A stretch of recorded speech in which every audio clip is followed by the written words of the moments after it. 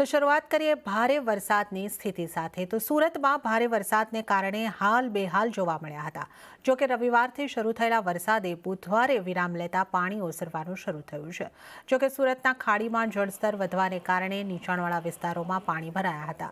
ખાડીના પાણીએ તબાહી મચાવતા અનેક વિસ્તારોમાં આવેલી દુકાનો અને ઘરમાં પાણી ઘૂસ્યા, જેના કારણે નુકસાન પણ થયું। એક યુવાન ઉડેલી છત્રી લેવા જતા બેઝમેન્ટમાં ભરાયેલા પાણીમાં ડૂબ્યો હતો। માં ભારે વરસાદ બાદ ખાડીના પૂરે તબાહી મચાવી છે। નીચાણવાળા મોટાભાગના વિસ્તારમાં રહેતા લોકોને આખી રાત પાણી વચ્ચે પસાર કરવી પડી છે। હવે તો વરસાદ બંધ થઈ ગયો છે, પરંતુ પૂરના પાણી નહીં ઓસરતા લોકોને પોતાના ઘર છોડવા પડ્યા છે। સુરતના મીઠી ખાડીમાં પૂરની સ્થિતિને પગલે લોકોનું રેસ્ક્યુ કરવામાં આવ્યું। આ વિસ્તાર આખો બેટમાં ફેરવાતા બોટ જ એક સહારો બની હતી। સણિયા હેમાદ, કુંભારિયા ગામ, પર્વત પાટિયા, સારોલી ગામ, દુંભાલ અને લિંબાયતમાં આફત ભરપૂર હોવાથી બોટ દ્વારા લોકોનું રેસ્ક્યુ કરી સુરક્ષિત સ્થળે ખસેડવામાં આવ્યા। તો 9 તાલુકાના 87 જેટલા રસ્તાઓ બંધ કરવામાં આવ્યા છે। આ જળ તબાહીના આ દ્રશ્યો જુઓ। સુરતના ગોડાદરામાં ખાડીના પૂરમાં 2 માળ સુધીનું બેઝમેન્ટ પાણીમાં ગરકાવ થઈ ગયું। 22 વર્ષીય યુવક ગઈકાલે પાણીમાં ગરકાવ થયો હતો। ભારે પવન સાથે વરસાદ આવતા યુવકની છત્રી ઉડી ગઈ હતી અને ઉડેલી છત્રી પકડવા ગયેલો યુવક નિર્માણાધીન બાંધકામ સાઇટના બેઝમેન્ટના ભાગમાં ગરકાવ થઈ ગયો। ખાડી પૂરની સમસ્યાના કારણે બેઝમેન્ટનો ભાગ સંપૂર્ણ રીતે પાણીમાં ગરકાવ બની જતા આ ઘટના બની હતી।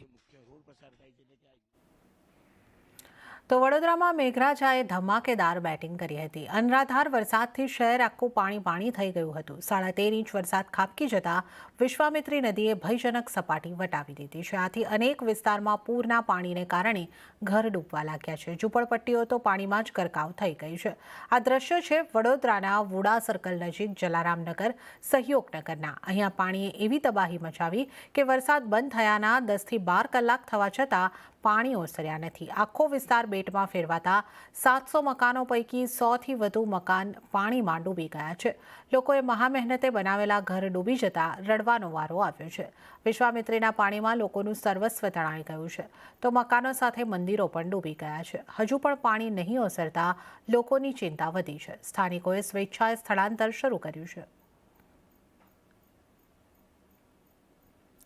તો ભરૂચમાં પણ મેઘરાજાએ તોફાની બેટિંગ કરતા હાઈવે પર પાણીએ અડીંગો જ મચાવ્યો છે। ભરૂચના અંકલેશ્વરની સુરત જતા સ્ટેટ હાઈવે પર જાણે કોઈ નદી વહેતી હોય તેવા દ્રશ્યો સામે આવ્યા છે। આકાશમાંથી મહેર કહેર બનતા ભરૂચના હાંસોટ તાલુકાના સહોલ ગામના માર્ગ ઉપર પાણીએ અડ્ડો જમાવ્યો। કીમ નદીમાં પણ પાણી ફરી વળતા હાઈવે ગોતવા જવો પડે તેવી સ્થિતિનું નિર્માણ થયું છે। મુખ્ય હાઈવે પર જળબંબાકારની સ્થિતિ સર્જાતા વાહન વ્યવહાર બંધ કરાયો। હાઈવે બંધ કરાતા રોડ ઉપર વાહનના થપ્પા લાગી ગયા।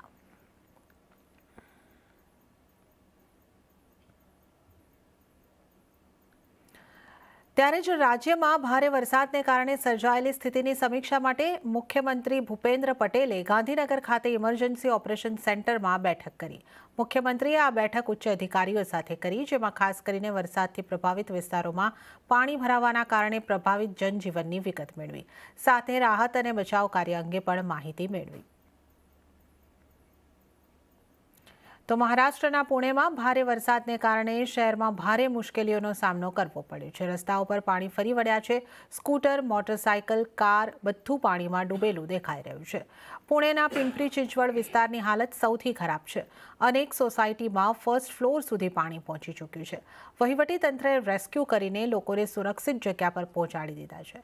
મહારાષ્ટ્રના મુખ્યમંત્રી એકનાથ શિંદેએ હાલતની સમીક્ષા કરી છે, ત્યારે ડેપ્યુટી મુખ્યમંત્રી અજિત પવાર પણ પુણે પહોંચી ચૂક્યા છે અને અધિકારીઓ સાથે બેઠક કરી છે। તો પુણે સાથે મુંબઈમાં પણ જોરદાર વરસાદ જોવા મળી રહ્યો છે। રાજ્ય સરકારે મુંબઈમાં સ્કૂલ કોલેજ બંધ કરવાના નિર્દેશ આપ્યા છે। બસના રૂટ પણ ડાયવર્ટ કરવાની ફરજ પડી છે। સબવેમાં પણ પાણી ભરાયું છે। હવાઈ યાત્રીઓને એડવાઇઝરી રજૂ કરી ફ્લાઇટ શેડ્યુલની તપાસ કરતા રહેવાનું કહેવાયું છે। મુખ્યમંત્રી એકનાથ શિંદેએ એક હાઈ લેવલની બેઠક કરી। મુંબઈની મીઠી નદી ખતરાના નિશાનથી માત્ર 1 મીટર નીચે છે। હવામાન વિભાગે મુંબઈ, ઠાણે, પાલઘર અને રાયગઢ જિલ્લામાં રેડ એલર્ટ રજૂ કર્યું છે।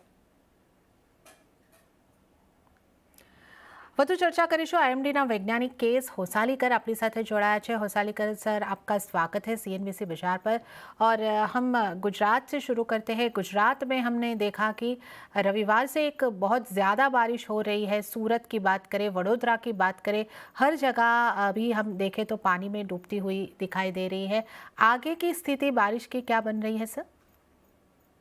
जो जो मौसम की जो स्थिति है उसमें हम देख रहे हैं कि अरबी समुद्र में गुजरात से लेके केरल तक जो तटवर्तीय प्रदेश है, इसमें अरबी समुद्र में कम दबाव का एक क्षेत्र बना है, जिसके कारण जो है वो हवाओं की जो गति है वो बहुत ज्यादा तेज हुई है। इसके प्रभाव के कारण गुजरात से लेके नीचे केरल तक हम देख रहे हैं कि पिछले 24 से 48 घंटों में मूसलाधार या उससे अधिक वर्षा जो है वो तटवर्तीय प्रदेश में ज्यादा उसका प्रभाव दिख रहा है।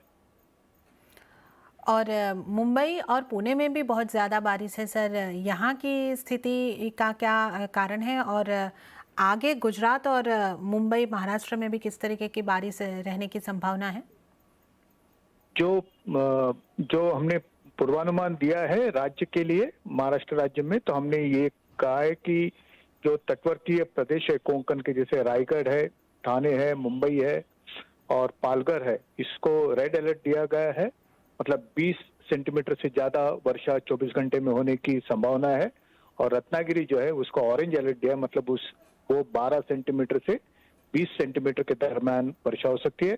जो राज्य के जो घाट के इलाके है जैसे नासिक है, पुणे है, सातारा है, कोल्हापुर है, यहाँ पर भी अलर्ट है। पुणे और सातारा के लिए खास करके जो घाट के भाग है उसके लिए रेड अलर्ट दिया गया है। मतलब पिछले 24 घंटे में पुणे के जो घाट के इलाके हैं, इसमें कई जगह पे 300 और एक दो जगह पे 400 मिलीमीटर की वर्षा भी दर्ज की गई है। तो आने वाले 24 घंटे में, या मैं कहूँगा कि 48 घंटे में, ये जो कोंकण और मध्य महाराष्ट्र के जो इलाके हैं, यहाँ पे भारी वर्षा या भारी से अधिक वर्षा होने की संभावना बनी है और इस प्रकार का पूर्वानुमान भी दिया हुआ है। गुजरात के लिए भी कुछ इसी तरह से पूर्वानुमान है मूसलाधार वर्षा का। ઓકે, તો મહારાષ્ટ્ર માટે પણ આગળના થોડા કલાકો, 48 કલાક સુધી એક જે અલર્ટ આપવામાં આવ્યા છે, રેડ અલર્ટ, ઓરેન્જ અલર્ટ, અને ગુજરાત માટે પણ વધારે વરસાદના અનુમાન અહીંયાથી આવી રહ્યા છે। કેએસ હોસાલીકરજી, आपका धन्यवाद हमारे साथ इस चर्चा में जुड़ने के लिए। ત્યારે